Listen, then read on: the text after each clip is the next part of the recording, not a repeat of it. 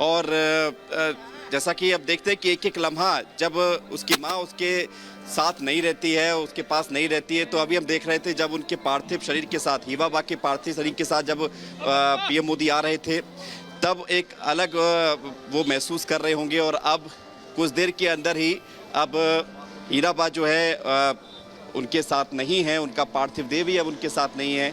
अनंत यात्रा पर प्रधानमंत्री नरेंद्र मोदी की मां निकल गई हैं और उनको श्रद्धांजलि देने के बाद, उनको मुखाग्नि देने के बाद पीएम मोदी अब यहां से निकल पड़े हैं।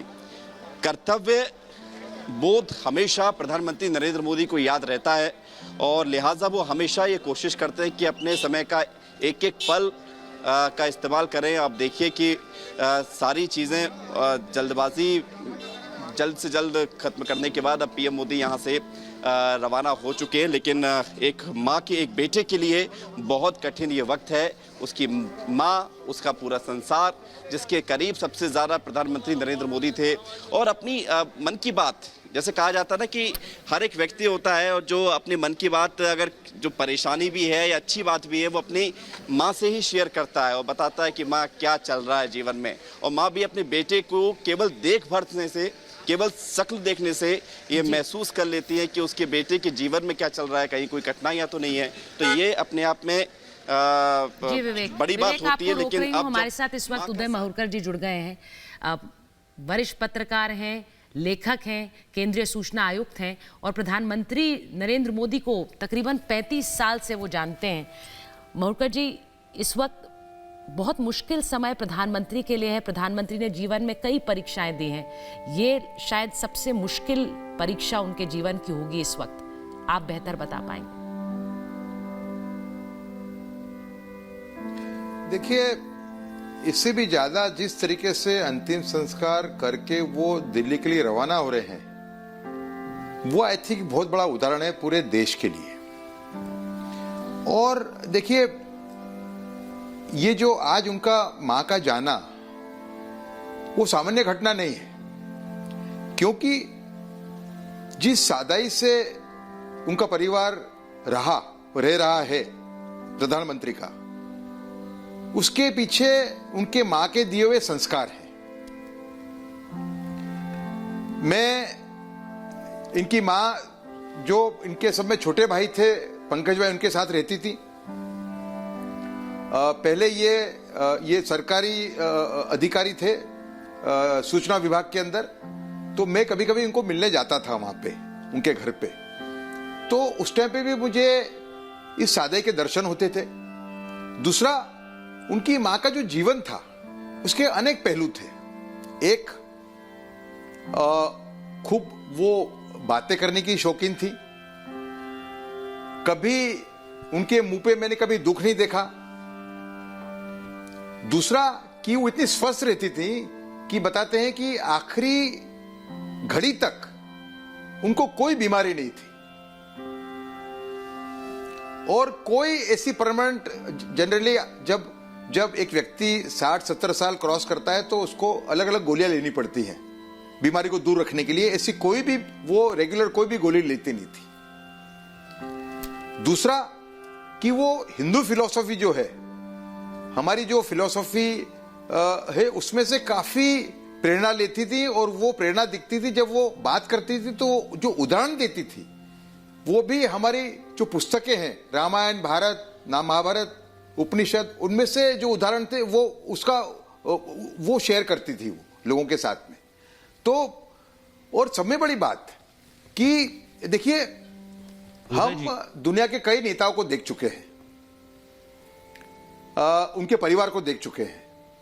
भारत के अंदर भी गए 40 साल से कम हम देखते हैं, तो अगर एक आदमी नेता बनता है तो पूरा उसका परिवार उसका लाभ लेने के लिए जुड़ जाता है, अपना उस पोजीशन का लाभ लेने के लिए। दोस्त जुड़ जाते हैं, दूर के परिवार, दूर के दोस्त भी जुड़ जाते हैं। लेकिन यहां पे आप देखिए कि प्राइम मिनिस्टर के खुद के भाई बहन जिस तरीके से रहते हैं, वो एक बहुत बड़ी मिसाल है पूरी दुनिया के लिए। मैं नाम नहीं लूंगा, हमने ऐसे कई विश्व स्तर पर राजनेता देखे हैं कि जब वो राष्ट्रपति या प्रधानमंत्री बने हैं तो उनके जो फैमिली मेंबर्स हैं वो कैसे एक्टिव हो गए हैं, कैसे वो सिस्टम के अंदर घुसने का प्रयास कर रहे हैं या उसका भाग बन चुके हैं। लेकिन यहां पे आप देखें तो जो सादाई से उनका हर एक भाई रहता है।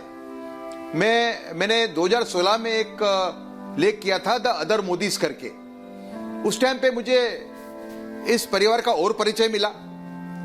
अमृत भाई करके नरेंद्र भाई के बड़े भाई, नरेंद्र भाई से जो बड़े हैं, उनका नाम है अमृत भाई। वो लेथ मशीन की एक छोटी सी दुकान थी उनकी। और जब मैं उनसे 2016 में मिलने गया तो एक छोटे से मकान में वो थे। उनके घर के बाहर एक गाड़ी थी, मारुति एल्टो। और मुझे उनके पुत्र ने बताया कि वो मारुति एल्टो जो है वो 1 साल पहले उन्होंने ली थी और 1 साल में सिर्फ 3 या 4 बार ही चलाई थी। और मैं जब गया, उस एल्टो के ऊपर एक कवर ढका हुआ था कपड़े का। जब मैंने उनसे बात की तो कई इंटरेस्टिंग बातें मेरे सामने आई। प्रधानमंत्री को साफ सुथरे कपड़े पहनने का पहले से उनका एक आग्रह होता था। तो एक जमाने में एक स्त्री थी, उसको ही उपयोग करते थे। वो स्त्री वो निकाल के उन्होंने दिखाई मुझे कि नरेंद्र भाई जब मेरे घर पे रहे कुछ समय के लिए तो ये स्त्री का उपयोग करते थे अपने कुर्ते पजामे को ठीक रखने के लिए। तो ऐसे कई पहलू हैं हीराबा और उनके पूरे परिवार के, जो समाज और देश और दुनिया के लिए उदाहरण रूप है। उदय जी, मैं उनके भाई को सुन रहा था, बड़े भाई जिनका आपने जिक्र किया।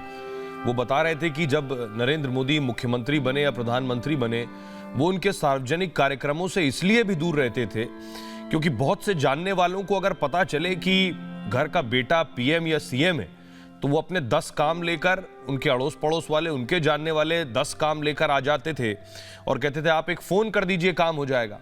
एक फोन में आप काम करवा सकते हैं। और ऐसा संभव नहीं, प्रधानमंत्री खुद इस तरह के नहीं रहे, उनका परिवार भी कभी इस तरह का नहीं रहा। तो ऐसे लोगों को ना करना पड़ता था जिससे बात खराब होती थी। इस बात का भी वो जिक्र कर रहे थे। लेकिन देश ने जो तस्वीरें देखी उदय जी, हमेशा वो प्रधानमंत्री मोदी मां का आशीर्वाद ले रहे हैं, उनके चरणों को धुला रहे हैं, उस पानी को आंखों पर लगा रहे हैं। ये जो रिश्ता है, इसके बारे में कुछ बताइए।